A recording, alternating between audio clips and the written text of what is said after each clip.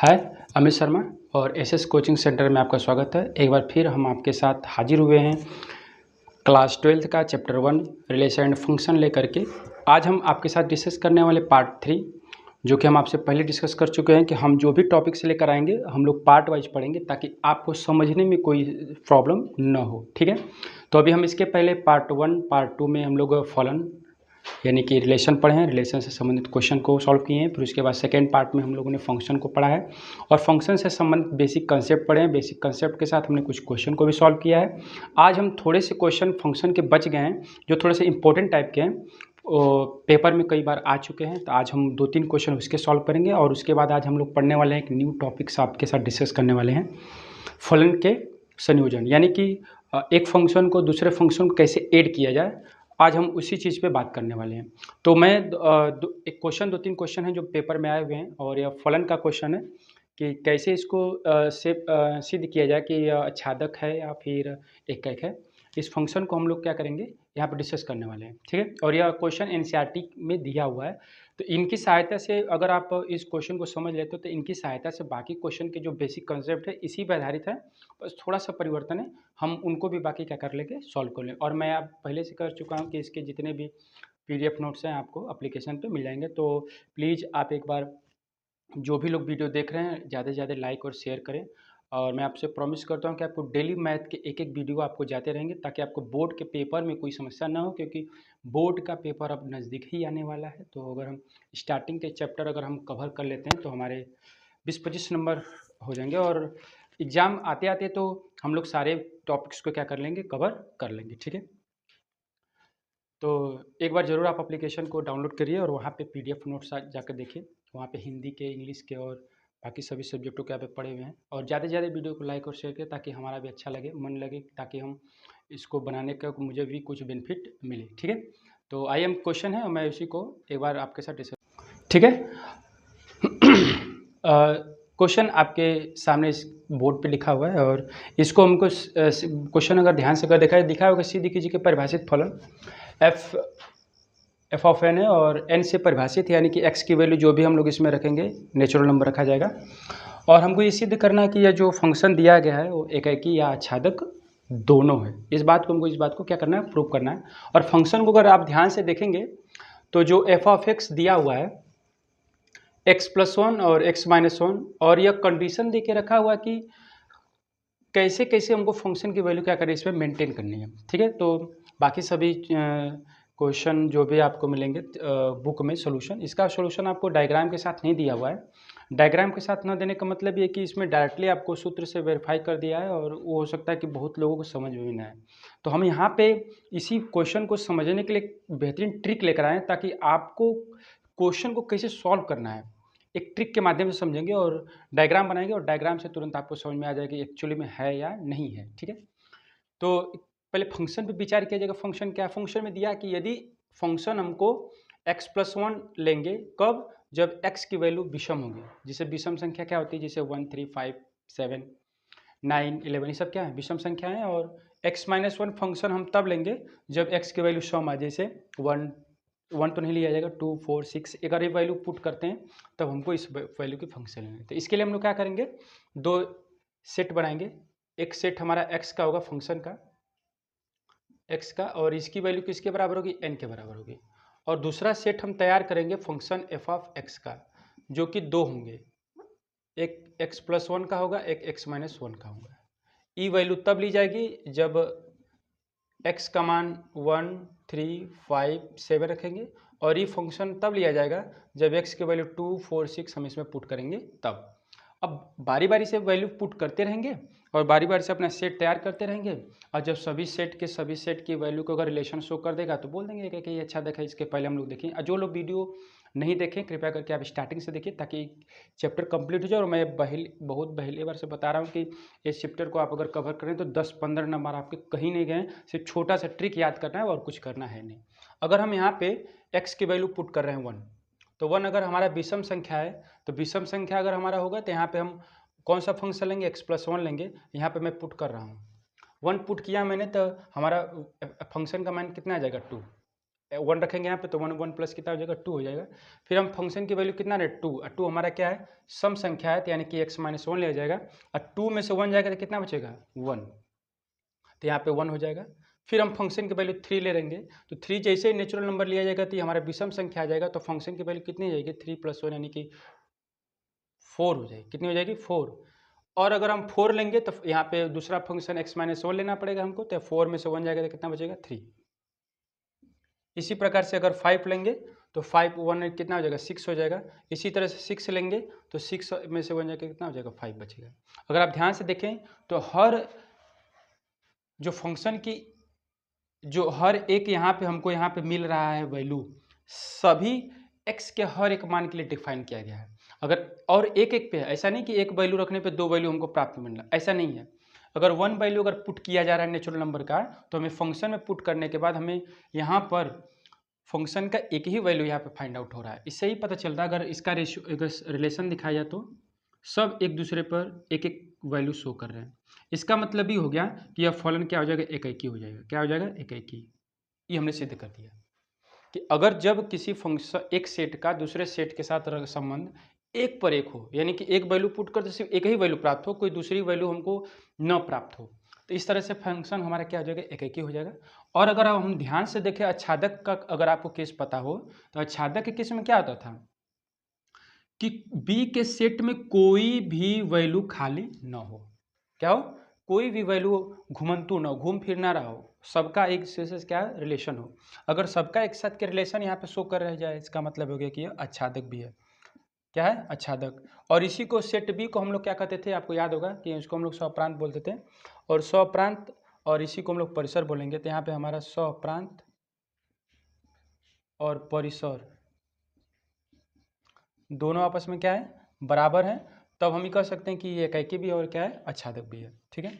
अगर इस तरह का अगर लिमिट वाला क्वेश्चन अगर आएगा तो हम लोग यहाँ पे इसी तरह से अप्रोच करके हम लोग क्या कर सकते हैं वैल्यू को फाइंड आउट कर सकते हैं, और यह भी कह सकते हैं कि आच्छादक और एकाकी दोनों है। ठीक है, एक क्वेश्चन हो गया। अब अगला क्वेश्चन देखते हैं, स्क्रीनशॉट ले लेना या फिर इसका पीडीएफ तो मिल ही जाएगा।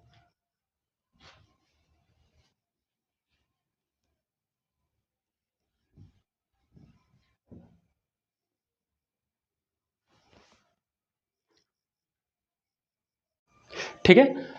इसी तरह का मैंने यहाँ पे सेकंड क्वेश्चन लिया है, और ये भी पेपर में आ चुके हैं, 2022 में आया हुआ था ये क्वेश्चन। ठीक है, पहले टाइप का हमने क्वेश्चन दिया कि फंक्शन दिया हुआ था, उसमें फंक्शन को डिफाइन किया गया था नेचुरल नंबर से। अब यहाँ पे अगर ध्यान से अगर देखा जाए तो यह जो हमारा हमको बोला है कि सिद्ध कीजिए कि जो फंक्शन है यहाँ पर क्या है फलन है या आच्छादक है, जो भी कंडीशन है उसको यहाँ पे हमको क्या करना है सिद्ध करना है। और सिद्ध करना क्या है हमको कि यही सिद्ध करना है कि न तो ये एकाकी है और न ही आच्छादक है।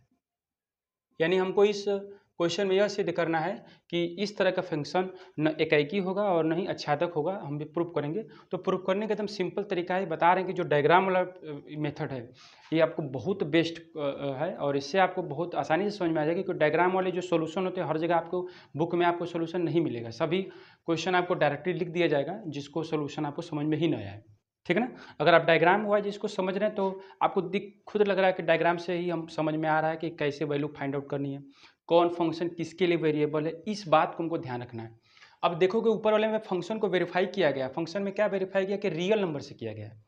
नेचुरल नंबर क्या होता है कि 1 2 3 से इन्फाइनाइट तक जाएगा, लेकिन जो रियल नंबर होता है आर से क्या होता है रियल नंबर, और रियल नंबर में प्लस माइनस दोनों संख्या हम लोग पुट कर सकते हैं, यानी नेगेटिव वाला भी नंबर और प्लस वाला भी नंबर। तो अगर हम पहले ही आर को डिफाइन कर दें यहाँ पे तो कितना हो जाएगा माइनस इन्फाइनाइट तक जाता रहेगा, -3 -2 -1 0 फिर 1 2 3 4 इसी तरह से चलता रहेगा।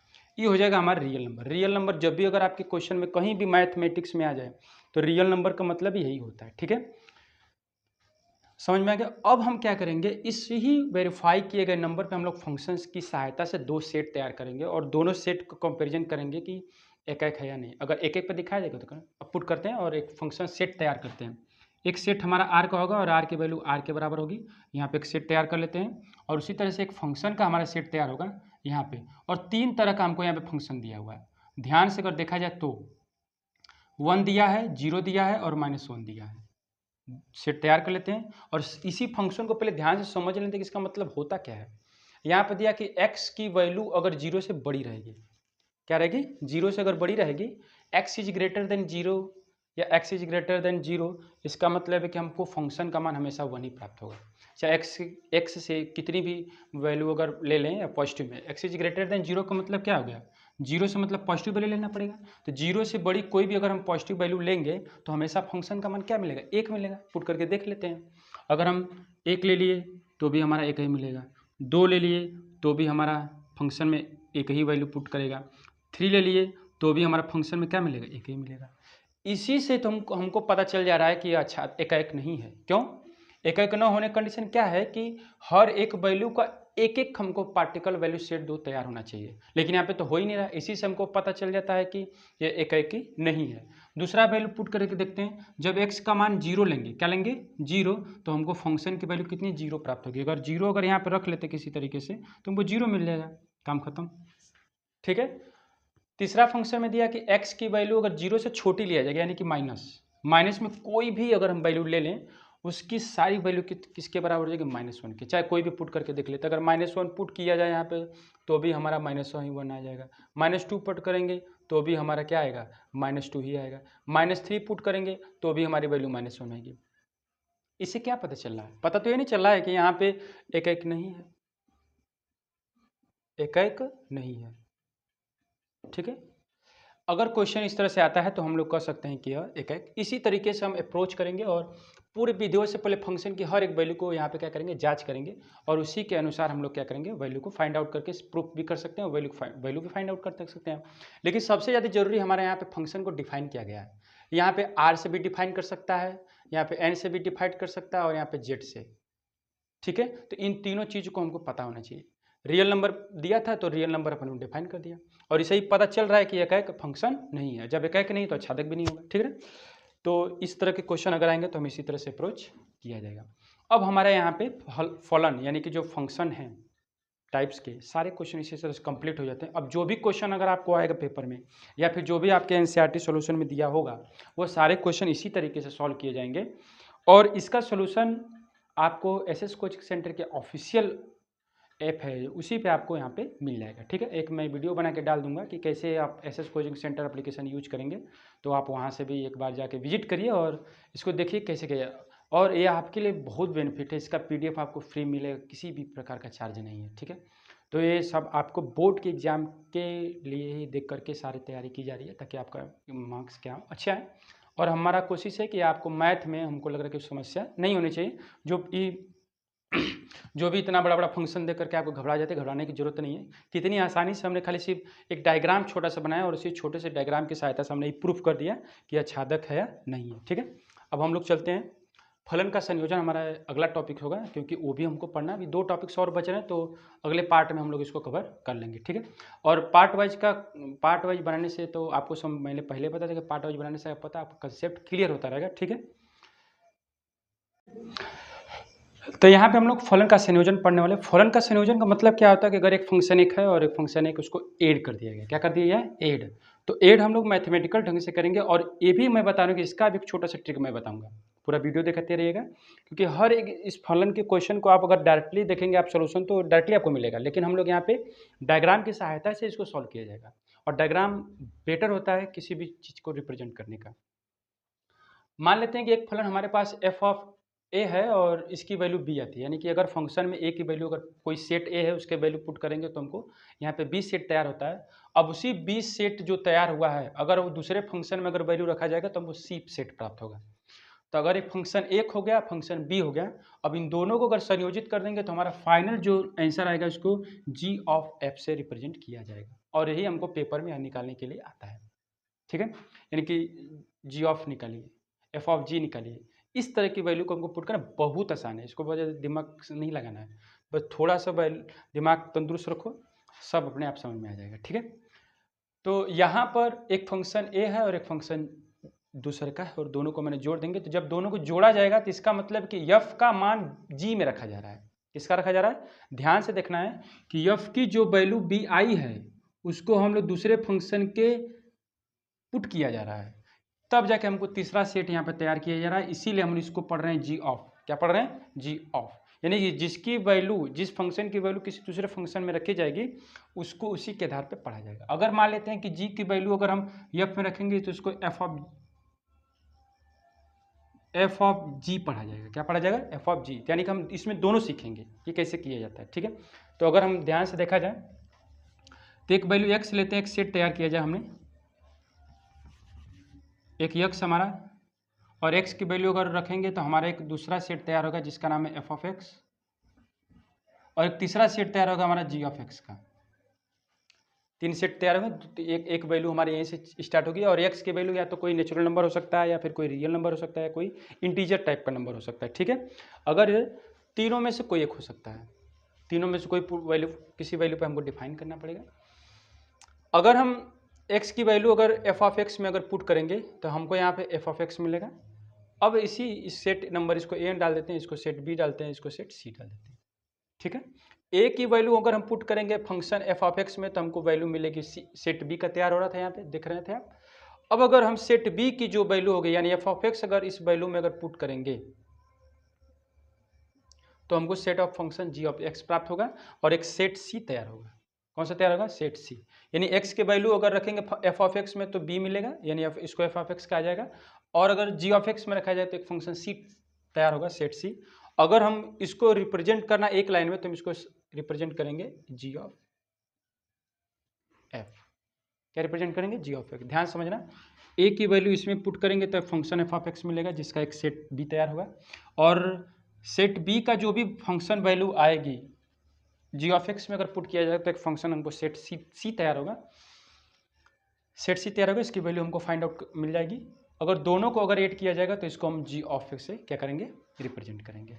इतना बात अगर समझ में आ गया तो हम उदाहरण की तरफ बढ़ते हैं। उदाहरण से एकदम पिक्चर क्लियर हो जाएगा। वो एक सवाल अगर हम समझ लेंगे तो आपको समझ में आ जाएगा कि क्या करना है, ठीक है। क्योंकि हमारा जो भी हम लोग पहले क्वेश्चन सॉल्व कर रहे थे सेम टू सेम वही करना, सिर्फ एक स्टेप बस थोड़ा सा आपको आगे बढ़ना है और कुछ करना नहीं है। अगर एक उदाहरण अगर हम लें,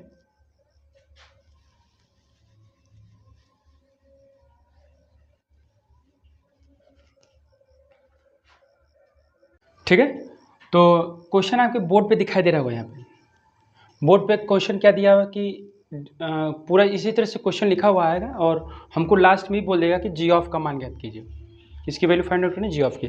ध्यान रखना कि एक ही क्वेश्चन से हमको कंसेप्ट क्लियर करना है, बाकी सारे क्वेश्चन आपको इसी तरीके से मिलेंगे, बस थोड़ा थोड़ा अंतर रहेगा एक तरह के और टाइप के हम लोग क्वेश्चन पे डिस्कशन करने का। अगर बेसिक चीज़ क्लियर है तो हमें नहीं लग रहा कि बाकी सब क्वेश्चन को बहुत ज़्यादा डिटेल में पढ़ने की जरूरत पड़ने वाली है। हमको एक फंक्शन दिया हुआ है एफ ऑफ 2 3 4 5, तो उसकी वैल्यू हमको मिल रही है 3 4 5 9। अगर 2 रखेंगे तो 3 मिलेगा, 3 रखेंगे तो 4 मिलेगा, 4 रखेंगे तो 5 मिलेगा, 5 आएगा तो 9। यानी कि इतनी वैल्यू पुट करेंगे तो हमको एक जो सेट तैयार होगा इसकी वैल्यू यहाँ पे हमको मिलने वाली है। इसका मतलब ये होगा। दूसरा फंक्शन हमको तैयार करके दिया हुआ कि जी, ठीक है, 3 4 5 देख लो यही वाली वैल्यू यहाँ पे रखी गई है जी वाले फंक्शन में, तो इसकी एक सेट तैयार होकर के मिला हमको 7 5 11। क्या मिला है? 7 5 11, यानी कि ए हो गया, ये बी हो गया, ये फिर बी हो गया, ये क्या हो गया? सी हो गया।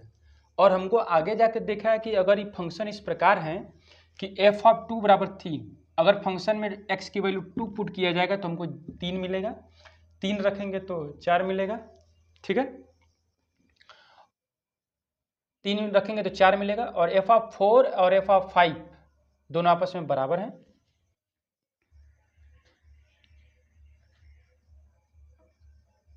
एफ ऑफ 4 एफ ऑफ 5 का मान यहाँ पे 5 दिया हुआ है, ठीक है ना, यहाँ पे वैल्यू दिया एफ ऑफ 4 और एफ ऑफ 5 का मान देखो यहाँ पे क्लियर कर दिया है कि अगर 4 रखेंगे तो भी और 5 रखेंगे तो भी हमको वैल्यू कितनी मिलने वाली है? 5 मिलने वाली है, ठीक है।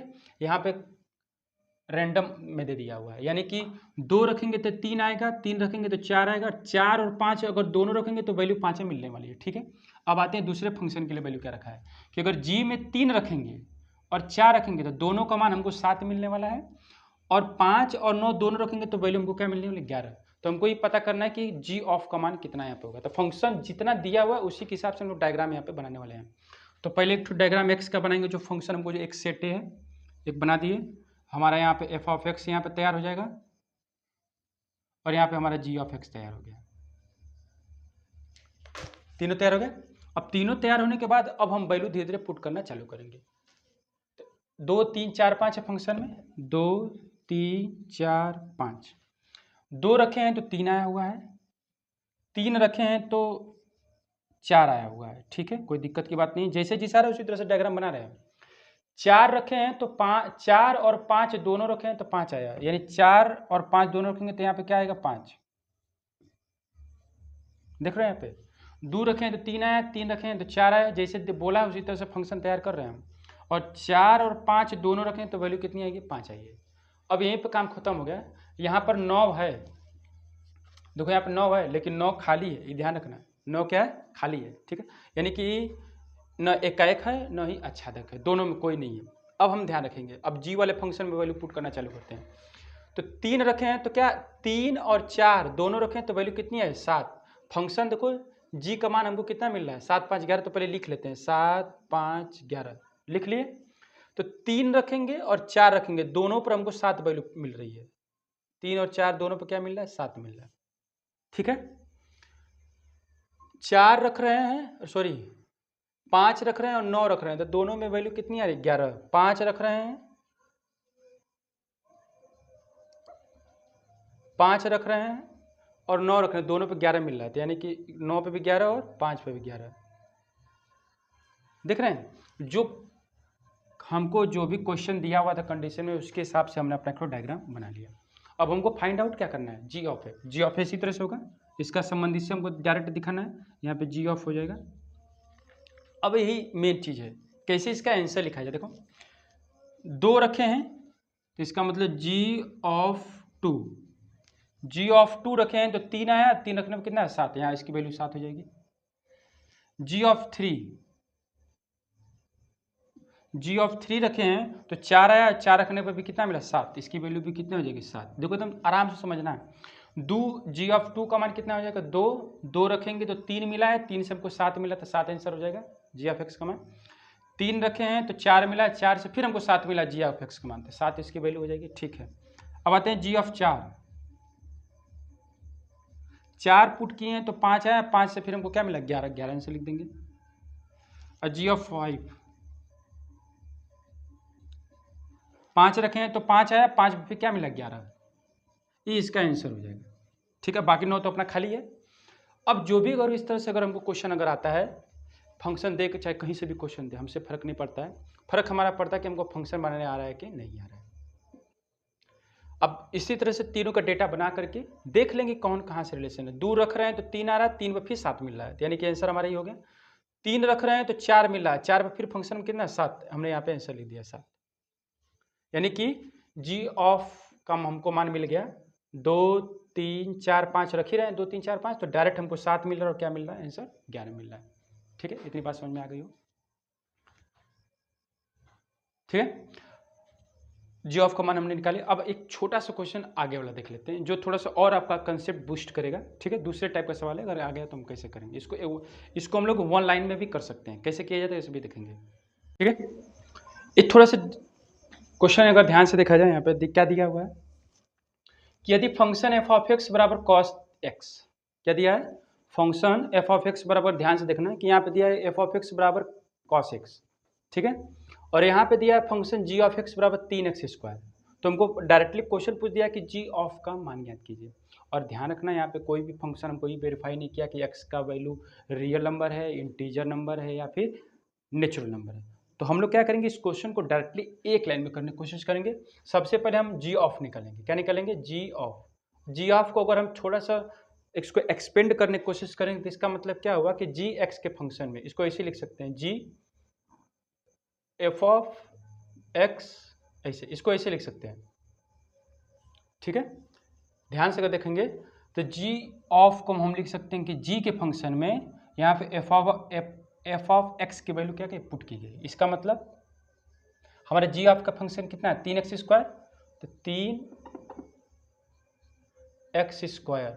अब इस x की जगह पे हमको क्या रखना है एफ ऑफ एक्स यानी कॉस एक्स, तो यहाँ पर रख देंगे कितना हो जाएगा 3 cos x का होल स्क्वायर। फिर एक बार फिर से जी ऑफ को हम लोग लिख सकते हैं जी एफ ऑफ एक्स, जबकि अगर ध्यान से देखा जाए तो जी एफ ऑफ एक्स का मान हमारा पास कितना है, जी ऑफ का फंक्शन, इसको ऐसे भी तो लिख सकते हैं जी ऑफ एक्स। इसको ऐसे लिख सकते हैं। तो x की जगह पे यहाँ पे 3x² था, अब इसी x के जगह पे हम क्या रख देंगे f ऑफ x, और f ऑफ x का मान हमारा कितना है cos x। देखो हमने x के जगह पे क्या रख दिया है cos x, आई स्क्वायर तो स्क्वायर में रख दिया, तो इसकी आंसर कितना आ जाएगा 3 cos स्क्वायर x, ये हमारा आंसर हो जाएगा। ठीक है ना, देखना यहाँ पे जी एफ ऑफ एक्स इसको रख सकते हैं, जिसको हम लोग ऐसे भी हमारा फंक्शन दिया ही था। तो इस x के जगह पे हमको क्या रखना है एफ ऑफ एक्स रखना, क्योंकि उसकी वैल्यू पुट करनी है इसमें। एफ ऑफ एक्स का वैल्यू कितना है cos x, तो हमने x के जगह पे cos x स्क्वायर लिख दिया। ठीक है, ये हमारा हो गया किसका वैल्यू g ऑफ का। अब इसी तरह से हमको उल्टा पूछा है एफ ऑफ जी का, तो एफ ऑफ जी इसका वैल्यू इसको कैसे लिख सकते हैं, एफ फंक्शन में g ऑफ x, इसको ऐसे यानी कि जो f का फंक्शन है उस x के जगह पे हमको g ऑफ x का मान क्या करना पुट कर देना है। तो इसको हम लोग ऐसे भी वेरीफाई कर सकते हैं f ऑफ x। अब इसी x के जगह पे हमको किसका मान रखना है g ऑफ x का, और g ऑफ x का मान कितना 3x², तो यहाँ पे पुट कर देंगे cos f ऑफ x का मान कितना है cos x है, तो x के जगह पे क्या पुट किया जाएगा 3x², तो 3x²। फिर से ध्यान से देखना, एफ ऑफ जी को लिख सकते हैं एफ जी ऑफ एक्स, और फंक्शन हमारा इसको लिख सकते हैं एफ ऑफ एक्स से लिख सकते हैं, और एक्स के जगह पे हमारा एफ ऑफ एक्स का मान कितना है cos x है, तो cos x से लिख दिए। अब इसी एक्स के जगह पे क्या रखना है जी ऑफ एक्स रखना है, तो जी ऑफ एक्स का मान कितना है 3x², तो यहाँ लिख दिए। तो इसका आंसर हो जाएगा cos 3x², ये हमारा इसका आंसर हो जाएगा। ठीक है ना, बेसिक कंसेप्ट था। इसी तरीके से हमको सारे क्वेश्चन क्या करना है सॉल्व करना है, चाहे कोई भी क्वेश्चन पूछे आपको इसी तरीके से क्या करना है सॉल्व करना है। ठीक है, अब हम आज के लिए बस इतना ही। अगर आपको अगर वीडियो अच्छा लगे तो आप अपने फ्रेंड्स को जरूर शेयर और लाइक करें। फिर हम इसका लास्ट पार्ट हम लोग अगले लास्ट 4 पार्ट में शेयर करने वाले हैं। ठीक है, आज के लिए बस इतना ही, थैंक यू। ठीक है, अभी हम एफ ऑफ जी और जी ऑफ एफ के हमने पिछले भी क्वेश्चन सॉल्व किया। अब एक एग्जाम्पल और हमारे पास यहाँ पे दिया कि जी ऑफ तथा एफ ऑफ जी का मान ज्ञात कीजिए यदि function F of X is equal to mod X और G of X is equal to 5x-2 अगर दिया हो तो हमको जी ऑफ और एफ ऑफ जी का क्या करिए वैल्यू फाइंड आउट करिए। तो सेम बेसिक कंसेप्ट वही वाला रहने वाला है जो अभी हम इसके पहले वाले जो उदाहरण है उसमें हमने सॉल्व किया। ठीक है, तो इसको भी हम लोग उसी हिसाब से डिफाइन किया जाएगा। इसको 2 तरीके से लगा सकते हैं। एक तो फर्स्ट आप डायरेक्टली लगा सकते हैं जैसे फंक्शन की वैल्यू रख करके, या तो आप डायग्राम के अनुसार लगा सकते हैं। तो हम लोग इसको डायरेक्टली और डायग्राम दोनों से सॉल्व करेंगे, जो आपको अच्छा लगे उसी हिसाब से सॉल्व कर लीजिएगा। ठीक है, तो अगर हम लोग डायरेक्टली अगर क्वेश्चन करेंगे तो एक ही लाइन में इसका आंसर आ जाएगा। अगर हम डायग्राम के हिसाब से रखेंगे तो इसमें हमको वैल्यू पुट करना पड़ेगा, फिर वैल्यू पुट करने के बाद हम लोग उसकी वैल्यू फाइंड आउट करेंगे कितना होगा। तो सबसे पहले हम लोग यहाँ पर डायरेक्टली अगर क्वेश्चन देखने की कोशिश करेंगे, सबसे पहले हम लोग जी ऑफ का मान निकालेंगे। अगर हम जी ऑफ की अगर वैल्यू फाइंड आउट करें तो इसको हम लोग कैसे लिख सकते हैं, जी फंक्शन में एफ ऑफ एक्स। ठीक है, इसका मतलब होगा कि जो जी ऑफ एक्स का फंक्शन हमारे यहाँ पे कितना है G of X, G of X इसको ऐसे भी लिख सकते हैं, और एक्स की जगह पे हमको क्या लिखना है एफ ऑफ एक्स लिखना है।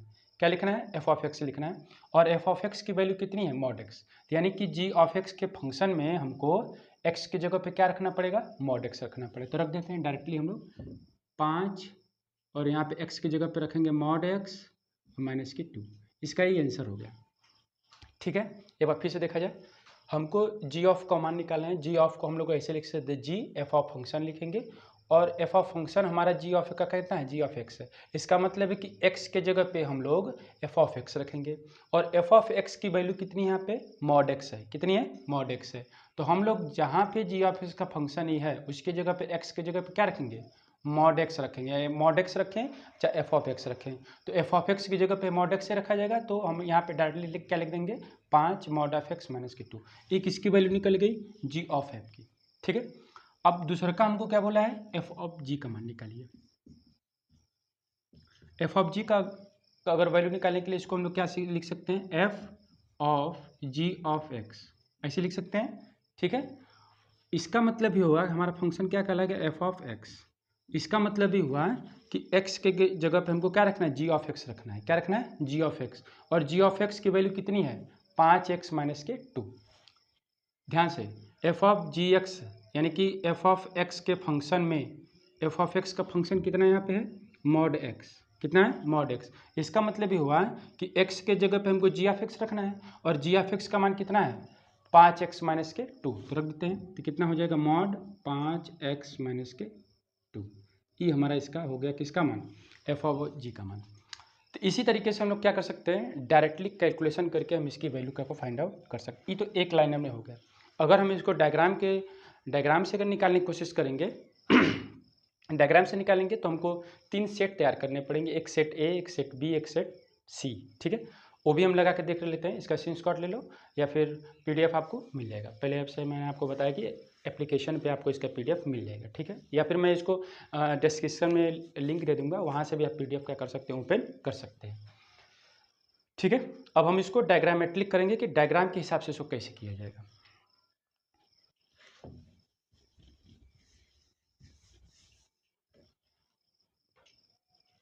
ठीक है, मैं पहले एक्स का सेट तैयार कर रहा हूँ, यहाँ पे एक्स हो जाएगा। दूसरा का सेट हमारा तैयार होगा एफ ऑफ एक्स का, जो कि इसकी वैल्यू मॉड एक्स है। और तीसरा का सेट हमारा तैयार होगा जी ऑफ एक्स का, इसकी वैल्यू हो जाएगी 5x माइनस के 2। ठीक है, अब हमको यहाँ पे x के वैल्यू 1 पुट करेंगे, -1 पुट करेंगे, फिर 2 पुट करेंगे, -2 पुट करेंगे, फिर 3 करेंगे, फिर -3। क्योंकि मॉड में वैल्यू दिया हुआ है तो हम x की वैल्यू में कोई भी पुट करके चेक कर सकते हैं। और हमको यहाँ पे फंक्शन को डिफाइन नहीं किया गया है कि रियल नंबर है कि नेचुरल नंबर है कि यहाँ पे इंटीजर नंबर है। तो हम अपने मन से कुछ भी वैल्यू पुट करके हम उसको वैल्यू को पुट करके देख सकते हैं कितनी वैल्यू आती है। अगर हम यहाँ पे 1 रखेंगे x के जगह के, तो फंक्शन का मान अगर 1 रखेंगे तो हमको आपको बता दें कि मॉड x में कोई भी वैल्यू अगर चाहे माइनस में रखें चाहे प्लस में रखें, हमेशा इसकी वैल्यू प्लस ही आती है। मॉड का मतलब हमेशा इसकी वैल्यू प्लस में आएगी। तो प्लस में अगर 1 रखेंगे यहाँ पे तो 1 रखेंगे यहाँ पे, तो इसकी वैल्यू क्या आएगी, 1 ही आएगी। -1 अगर यहाँ पे रखा जाएगा, -1 अगर रखेंगे मॉड में तो भी 1 ही आएगा, यानी कि 1 पर भी डिफाइन किया गया तो 1 ही आया, -1 पे भी डिफाइन किया गया तो क्या आ गया, 1 ही आ गया। ठीक है, 2 रखेंगे तो भी 2 ही आएगा, और -2 रखेंगे तो भी कितना, मॉड में वैल्यू -2 रखेंगे तो बाहर निकलेगा तो +2 ही हो जाएगा, ये दोनों पे डिफाइन हो जाएगा। ठीक है, और अगर 3 रखेंगे तो इसकी वैल्यू 3 मिलेगी, और -3 रखेंगे तो 3 आएगा। ये हो गया हमारा एफ ऑफ एक्स का मान। इसी तरीके से वैल्यू पुट करते रहेंगे तो इसी तरीके से हमको एफ ऑफ एक्स का वैल्यू हमको पुट करता चलते जाएंगे और वैल्यू हमको फाइंड आउट होती जाएगी। अब हमको जी ऑफ एक्स की वैल्यू पुट करनी है। इसका मतलब कि एफ एक्स के जगह पे एफ ऑफ एक्स का फंक्शन रखा जाएगा। ध्यान से देखते हैं, अगर 1 रखेंगे, एक्स की जगह पे 1 रखेंगे तो यहाँ पे 1 रखेंगे तो 5 में 1 रखेंगे, 5 एकम 5, अब 5 में से 2 जाएगा तो कितना बचेगा, 3। ठीक है, 2 रखेंगे तो 2 दूना के 4, और 4 में से 2 जाएगा कितना बचेगा, 2 बचेगा। 3 रखेंगे तो 3 5 15, 15 में से 2 जाएगा कितना बचेगा, 13 बचेगा। एक एक फंक्शन की वैल्यू एक एक को डिफाइन कर रही है। ठीक है, डिफाइन कर रही है। और हमको जी ऑफ निकालना है। क्या निकालना है, जी ऑफ। तो इसको हम यहाँ से वेरीफाई कर देंगे, जी ऑफ। ठीक है, जी ऑफ हो गया। तो यहाँ पे जी ऑफ अब सबकी यहाँ पे वैल्यू पुट करनी पड़ेगी। देखो हम निकाल रहे हैं यहाँ पे जी ऑफ -1। तो इसकी वैल्यू कितनी पुट होगी, जी ऑफ -1 की अगर पुट करेंगे तो 1 रहेगा। 1 पुट करेंगे तो 1 आएगा, 1 पुट करेंगे तो कितना आ जाएगा, 3 वैल्यू पुट हो गया। इसी तरह से जी ऑफ -1 पुट करेंगे तो -1 पुट करेंगे तो 1 आ रहा है, 1 पुट करेंगे कितना आ जाएगा, 3। इसका भी वैल्यू 3 आ गया। ठीक है, इसी तरीके से जी ऑफ 2 पुट करते हैं, जी ऑफ 2। तो 2 पुट करेंगे तो 2 आएगा, 2 पे वैल्यू कितनी मिले जी ऑफ एक्स की, 2 आ रहा है। -2 पे भी कितना आएगा, 2 आएगा। ठीक है, इसकी भी वैल्यू निकल गई। इसी तरीके से जी ऑफ एफ यानी कि 3 पुट करेंगे तो कितना आएगा, 13 आएगा। और जी ऑफ -3 की वैल्यू पुट करेंगे तो कितना आ जाएगा, फिर भी 13 आएगा। इसी तरीके से हम क्या निकाल सकते हैं, जी ऑफ की वैल्यू फाइंड आउट कर सकते हैं। अब इसका ठीक उल्टा कर देंगे, एफ ऑफ जी के भी वैल्यू उसी तरह से निकाल सकते हैं। तो आपके साथ दोनों ऑप्शन हैं, आप जैसे भी क्वेश्चन को सॉल्व करना चाहते हैं उसे करें। ये बहुत ही यूनिक आइडिया है, आपको कहीं भी इस तरह का सोल्यूशन नहीं मिलने वाला है। जो भी सोल्यूशन आपको मिलेगा फर्स्ट वाला ही मिलेगा, क्योंकि डायरेक्टली सॉल्व आंसर लिख लेते हैं, उसमें समझ में आता है नहीं आता है वो अलग की बात है। लेकिन अगर हम डायग्राम के अनुसार करेंगे तो ये बहुत ही बेसिक चीज़ है, इसकी हम वैल्यू डायरेक्टली क्या कर सकते हैं, फाइंड आउट कर सकते हैं। ठीक है, यहाँ भी अगर कोशिश किया जाएगा, देखो यहाँ भी हम लोग क्या लगे, एक्स के जगह पे एफ ऑफ एक्स का मान रखेंगे तो एफ ऑफ एक्स का मॉड कितना है, तो कितना आ जाएगा, मॉड एक्स माइनस के 2। अब इसी में ये वाली डायरेक्ट वैल्यू पुट करके हम लोग आंसर ला सकते हैं। ठीक है, ये क्वेश्चन हो गया हमारा फलन का, और फलन का संयोजन में था।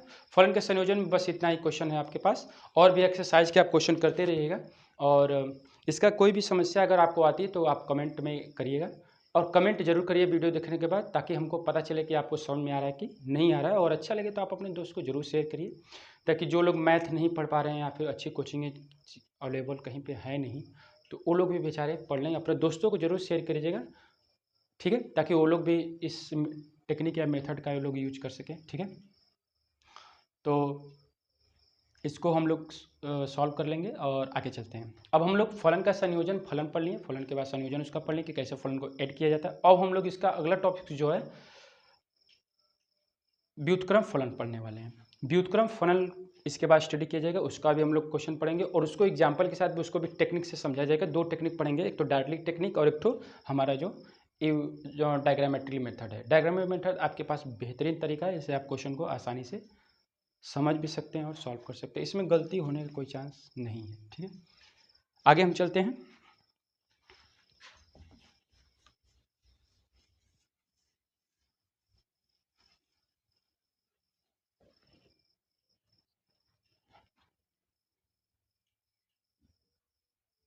व्युत्क्रम फलन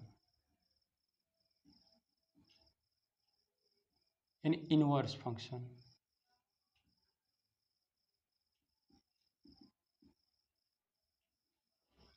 इनवर्स या व्युत्क्रम का मतलब ही होता है उल्टा। क्या होता है, उल्टा। उल्टा का मतलब ये नहीं कि हम उसको अलट पलट देंगे, उल्टा का मतलब ये होता है कि इसका ठीक रिवर्स या फिर अपोजिट। ठीक है, एक एग्जाम्पल के थ्रू देखते हैं, अगर छोटा सा एग्जाम्पल लेके अगर समझ लिया जाए तो और बेटर होगा इस क्वेश्चन को समझने के लिए। जैसे मान लेते हैं कि अगर हमारे पास एक कोई वैल्यू एक्स है, और एक्स में हमने 2 से गुणा कर दिया तो कितना बनेगा, 2x मिलेगा, मिल गया। इसका रिवर्स क्या होगा, 2 से अगर भागा दे देंगे तो फिर वैल्यू हमको क्या मिलेगी, x मिलेगी। तो इसका मतलब इसको बोलेंगे फंक्शन, इसका ई 2 से भागा देंगे, इसका क्या होगा, इनवर्स फंक्शन। क्या होगा, इनवर्स फंक्शन। अगर इसको आई बोलेंगे, इसको अगर एफ ऑफ एक्स अगर फंक्शन का बोला जाएगा तो इसका इनवर्स क्या बोला जाएगा, आई एक्स। क्या बोला जाएगा, आई एक्स। इसका मतलब व्युत्क्रम आपको समझ में आ गया होगा। अगर कोई एक फंक्शन एक्स है, इसमें 2 को गुणा कर दिया तो 2x आ गया। अगर हमको फिर से एक्स प्राप्त करना होगा तो क्या करेंगे, 2 से भागा दे देंगे, हमको फिर से वही वैल्यू प्राप्त हो जाएगी। तो इस तरह के फंक्शन को हम लोग क्या बोलते हैं, इनवर्स। क्या बोलते हैं, इनवर्स। और छोटा सा ही बेसिक कंसेप्ट था, अब इसी पे हम लोग क्वेश्चन सॉल्व करने की कोशिश करेंगे। ठीक है, क्वेश्चन जैसे मान लेते हैं कि इसको मैथमेटिकल रिप्रेजेंटेशन भी देख लेते हैं। जैसे मान लेते हैं कि एक फंक्शन हमारा है और वह एक्स पर डिफाइन है और इसकी वैल्यू वाई आती है। कोई एक फंक्शन है एक्स पे, और एक्स पे वेरीफाई है और इसकी वैल्यू कितनी आती है, वाई आती है। क्या आती है, वाई।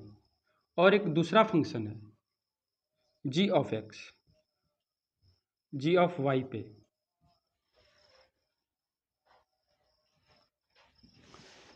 कोई एक फंक्शन है और एक्स की वैल्यू पर डिफाइन है तो इसकी वैल्यू वाई आती है। अब हमको इन्वर्स लेना है, क्या लेना है, इन्वर्स। इसका मतलब कि अब वाई पर डिफाइन करेंगे तो एक्स वैल्यू आएगी, तो जी वाई पर डिफाइन है और इसकी वैल्यू कितनी आती है, एक्स। एक दूसरा ही समीकरण हो गया। तो इसका मतलब है कि अगर एफ फंक्शन डिफाइन एक्स की वैल्यू पुट कर रहे हैं तो हमारा वाई आ रहा है, और जी इसका ठीक अपोजिट करेंगे तो उस फंक्शन को वाई पर डिफाइन किया जाएगा तो उसकी वैल्यू कितनी आएगी, एक्स आएगी। ठीक है, तो इसका मतलब ये होगा कि जी ऑफ एफ, अगर जी के फंक्शन में वाई की वैल्यू पुट करेंगे तो इसको कहा जाएगा आई एक्स, और एफ के फंक्शन में रखा जाए एफ ऑफ जी तो क्या लिखेंगे, आई वाई। इसे बोलते हैं इसका इनवर्स फंक्शन। क्या बोलते हैं, इनवर्स फंक्शन। तो ये तो हो गया मैथमेटिकल जो हमको क्वेश्चन में देगा, इसी तरीके से इसको समझना है। ठीक है, अब हम थोड़ा सा लेते हैं एग्जाम्पल, और एग्जाम्पल के थ्रू निकालने की कोशिश करेंगे किसी भी फंक्शन का इनवर्स फंक्शन कैसे निकाला जाता है। ठीक है,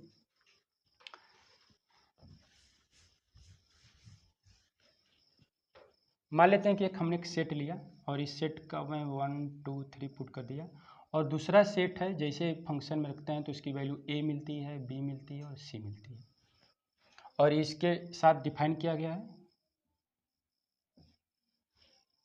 ये तुम्हारा फंक्शन हो गया, ठीक है। ये कौन सा फंक्शन, एक एक फंक्शन, क्योंकि एक एक पे वैल्यू डिफाइन की जा रही है, ठीक है।